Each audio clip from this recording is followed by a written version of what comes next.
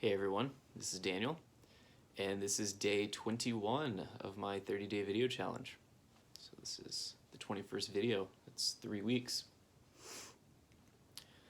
The topic I wanted to talk about today is kind of related to meditation, but basically just acceptance and love, and generally positive emotions. So I was talking to someone yesterday. Yesterday was Saturday, and the entire day I had a meditation retreat. I was participating as a student with my meditation teacher. He's based in Colorado. He's a very cool guy, John Churchill, kind of an integral practitioner. And he kind of calls what he's doing like the fourth turning of the wheel, which is kind of a new, the new like scientific information theory integral based Buddhist practice. So yeah, and we were doing some insight practices. We were doing emptiness practice, and we were doing kind of just mindfulness on the hedonic emotional tone from moment to moment, and applying a kind of like a loving curiosity to each moment, even when there's stress, even when there's reactivity. And through doing that, you can actually transform negative emotions like suffering, reactivity, emotional baggage. You can convert that to a more positive form. You can convert it into wisdom, essentially, by just observing it, by being totally present with it, by not running away from it, by experiencing it fully. And so I was talking to someone about this after the retreat. I was sitting outside, and someone asked me a question of like, why are we doing all of this? Like, isn't it pretty unnatural for a person to sit there and focus and like stay concentrated on a thing? Like, how is that useful? And my automatic response was, yeah, it is very unnatural, which is exactly why we have to practice it. Just like becoming a brain surgeon, or just like doing anything else that is,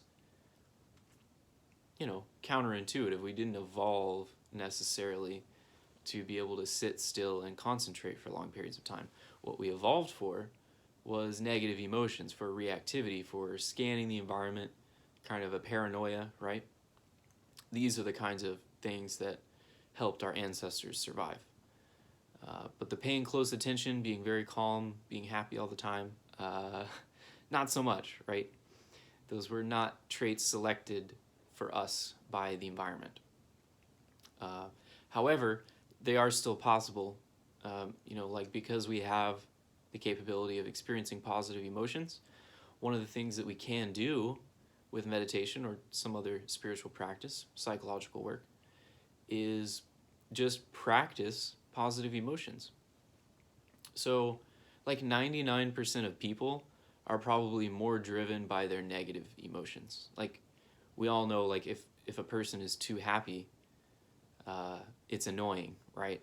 And we don't see many people just walking around like who are way too happy. People who are way too happy are impulsive. They spend all their money, they do silly things, they they run out in the street because it doesn't matter, because they're happy. So happiness in itself, being too happy can be dangerous.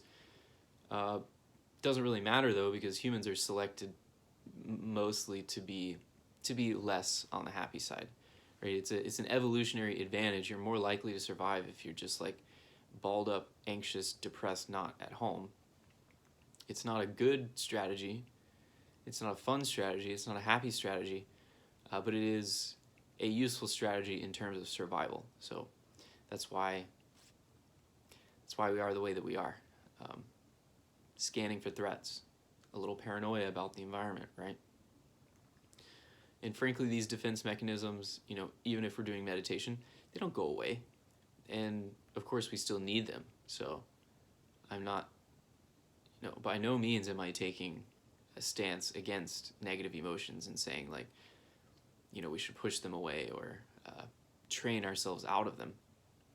In fact, I think through these meditation practices, really what we're doing is learning to tune in to our negative emotions, to our anxiety, to our reactivity, and to allow that to enter our consciousness fully and turn into wisdom. I mean, that's what it's about. It's not about escaping experience. It's about just turning right towards it. I mean, the emotional, psychic centers of the brain are like nuclear furnaces. If you look at them, they're just constantly exploding with energy. Excuse me. So we can turn towards that energy and we can actually absorb some of it. We can actually turn some of that energy from a fiery explosion into, precise, available potential energy for our wisdom, for our use. The way that you do that, basically, is, I said this earlier, by practicing positive emotions. That's what this is all about. This is what I said. This is what the retreat came to. But this is just kind of my realization, was that because of how evolution has selected us, because we're more prone to negative emotions, we actually have to practice positive emotions. We have to practice love. We have to practice just being okay with the way that things are. Because the way that our brain is wired, this dopamine system, this behavioral reward system, is always trying to get the next dopamine hit. It's always trying to solve the next problem. It's always trying to get the next meal. It's always trying to think of the thing that I'm going to say later. And all of that is a subtle form of reactivity. It's a subtle form of not really being okay with the way that things are. And so maybe I want to say that this kind of like radical acceptance, this equanimity that's talked about in meditation so much, is completely connected and interwoven with love and kindness, with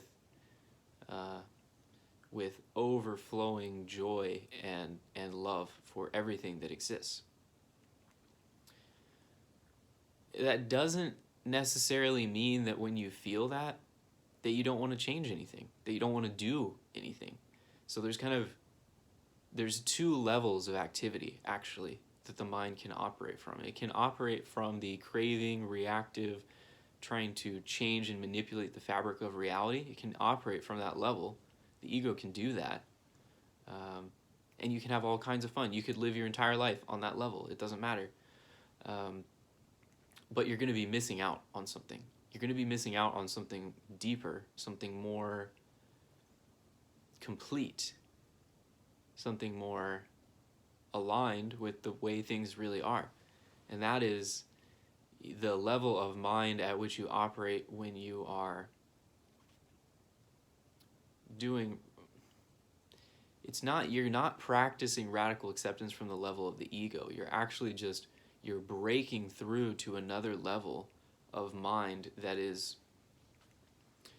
in Buddhism they almost call it like the simultaneous mind. It's like, instead you're going from single thread processing, ego, linear thinking, to this vast, wide open, all at onceness, where everything is connected. And almost as soon as you get to that level of operation, it's not even a thought, it's just like, it's just what is, it's just what naturally seems, the ontological bedrock being connectivity and interdependence.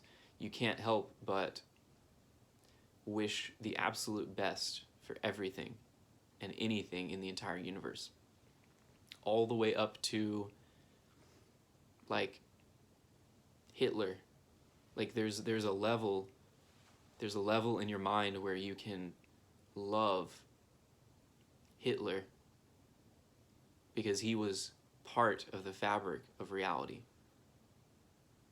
And when we look back into the past from this perspective of equanimity, this deep unification perspective, we can see that all of our own personal suffering, all the crazy things Hitler did, you can always look back to the past and say, given the state of consciousness, given the state of the world, given the state of the universe at the time, it couldn't have happened any other way. And so to hate that, to resist that, it indicates that there's a deep fracture in your own being, because you're implying by acting it out that reality is wrong and you are right. And that's extremely arrogant. It's extremely dangerous, and psychology is weird. The mind is weird. It has multiple levels. It has fractal levels, so that even the tiniest iota of feeling that something about the universe is wrong kind of spirals outward and starts to infect the whole system. So even if you just hate Hitler and you're like, everything else in the world is great, but Hitler should never have existed, you're still, in a very small way, you're denying reality. You're denying the validity or the utility of the universe. And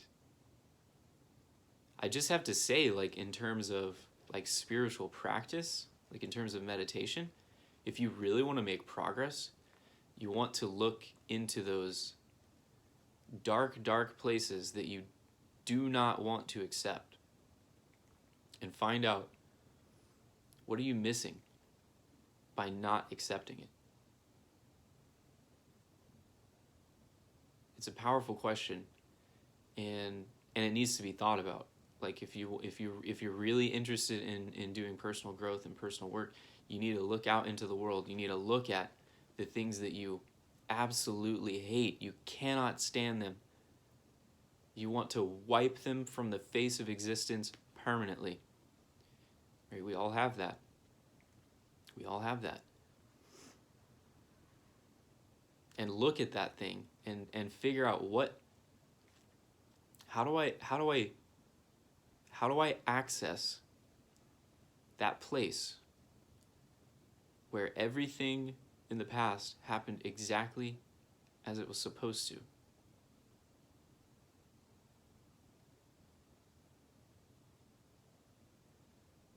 And as soon as you do that, everything starts to crack open. As soon as you start to understand how every single piece had its purpose, nothing has ever happened that wasn't supposed to happen. And I can hear you guys cringing. You're like, what about my mother abusing me? What about, all these innocent children in wherever getting starved to death? It's like, you're not accepting it. You can't love it until you accept it, and you can't accept it until you love it. It's a complete paradox, but that's because if you're caught up in that paradox, you haven't broken through to this other level of perception. You haven't broken through to this level of mind, and I'm telling you, it is very real. It's not, and accessing it doesn't make the other thing go away. It doesn't make, if I saw Hitler and I had the chance to kill him, I still would. He's a terrible human being, and he needed to be stopped. At the same time, he was part of the universe. He was part of the fabric of space-time, and for that reason, he had a purpose. Perhaps that purpose was to wake us all up to the horrors of ideology and totalitarianism, because apparently we couldn't wake up before that to that particular psychic fact. I mean, we didn't. That's why it happened, right? So, I mean, if nothing else, you can always use tragedies, you can use terrible people, you can use horrible things to wake up.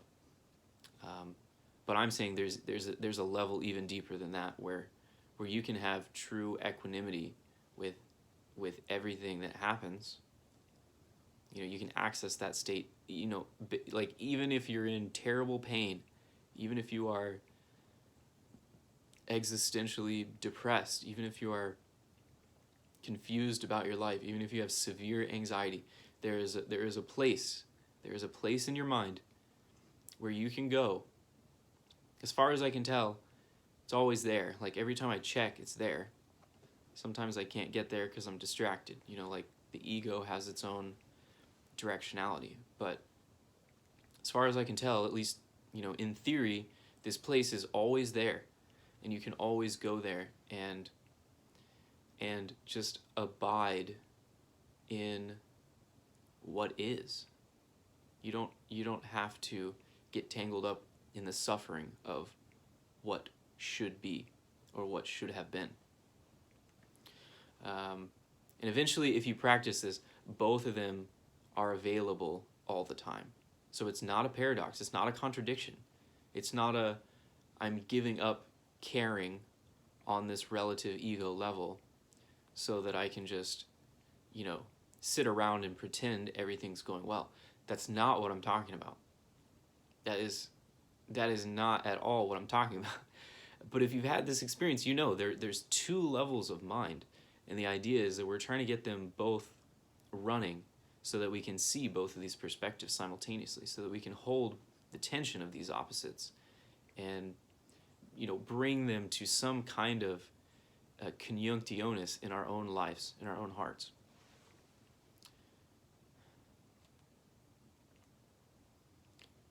So, just to practice this a little bit, let's just do a little micro meditation.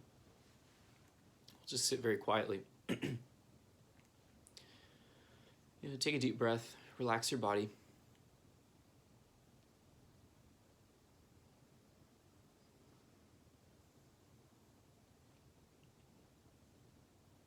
Relax your face, relax the muscles in your jaw, behind your eyes.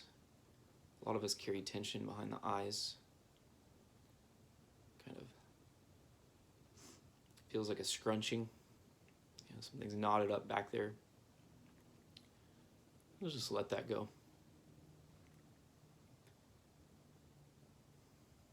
And breathing naturally. Just breathing to relax.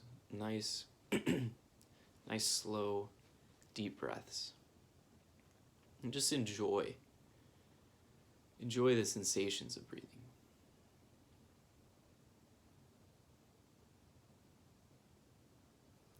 It's actually quite nice to just sit, you know, to just sit and breathe for a couple of breaths. You're like, oh yeah, okay, this is good. This is nice.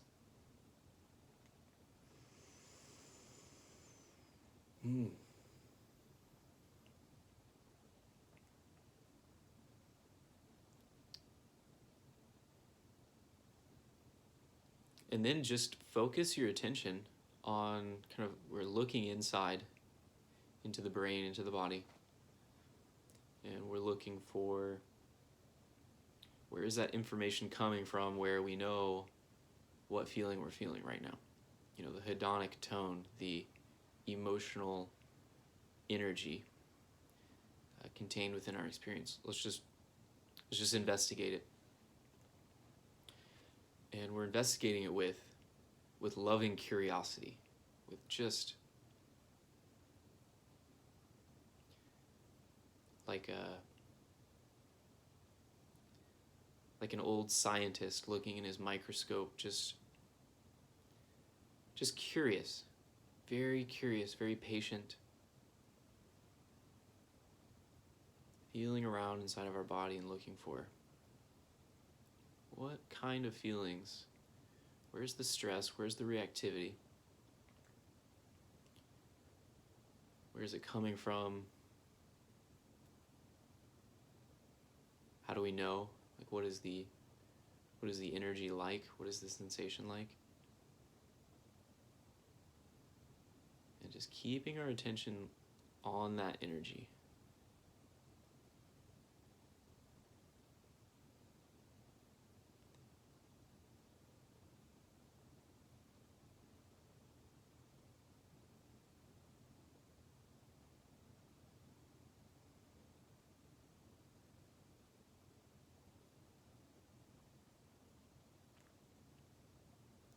every time your mind wants to run away or get distracted, somehow resist pushing away that emotion or saying, no, no, no, calm down, trying to talk yourself into feeling something different, just drop that.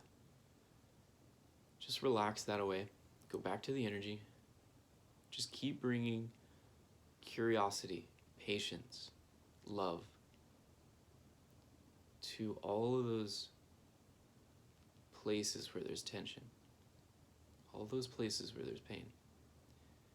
We're just kind of overpowering it with curiosity.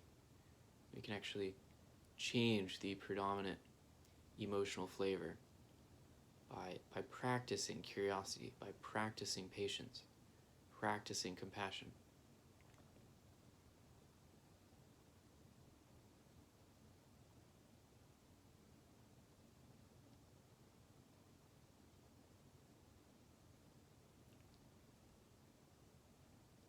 And then it just keeps going. Just keep coming back to the emotional energy, applying curiosity, loving kindness, patience.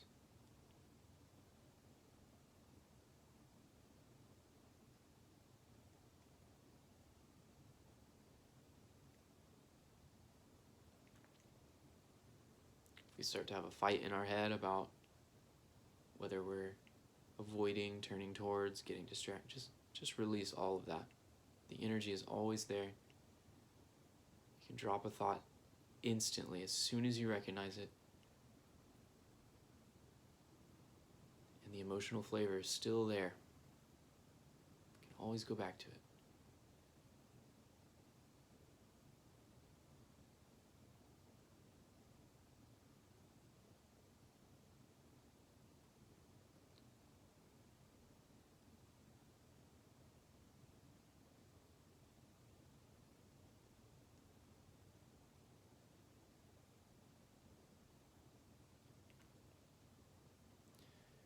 Okay, so you can bring yourself back, you can stop. Or you can keep meditating. And if you keep following that emotional tone, you keep eliminating distractions and returning to that energy, and then applying curiosity, applying patience, applying compassion, you will eventually successfully transmute, convert some of those negative energy residuals into positive. It's kind of like, it's not exactly happiness, but it's like excitement. It's almost like the feeling after doing a workout. It's like that took a lot of energy, but my body actually feels good for doing it. So it's like tiring because you're sitting there like being patient with your own neuroticism, your own anxiety, like your own fears. But if you're patient, I promise, try it for 5 minutes, try it for 10 minutes. If you're patient, you can completely change your mindset in 5 or 10 minutes. It's crazy. You just have to repeatedly practice those more positive emotions: patience, courage, compassion, understanding. We're training our mind like we would train a small child or a puppy, which requires an almost an infinite amount of compassion and patience to do that. Anyways, I hope you guys enjoyed this. I hope you feel the love. Don't forget, even in your worst moments, even when you're suffering horribly, I'm not joking. There is a place in your mind that you can go if you just accept. Go deeper into that emotional tone and accept. That's what it's really about. It's really about recognizing when you're suffering badly. Part of that suffering, a great deal of that suffering, in fact, is our mental resistance to having the experience. We are subtly, mentally, psychologically trying to contract and avoid experience. If you can just release that tendency, if you can just relax that away, there is no situation that you can't handle. Even excruciating pain, even death, if you're afraid of dying. They're not problems from that radical level of acceptance. So that's what I want you guys to know, is that is there, and if you so choose, you can learn how to access it. So I'm going to end the video now. I'm going to go drink some tea, cough this up, and I will see you guys tomorrow for day 22.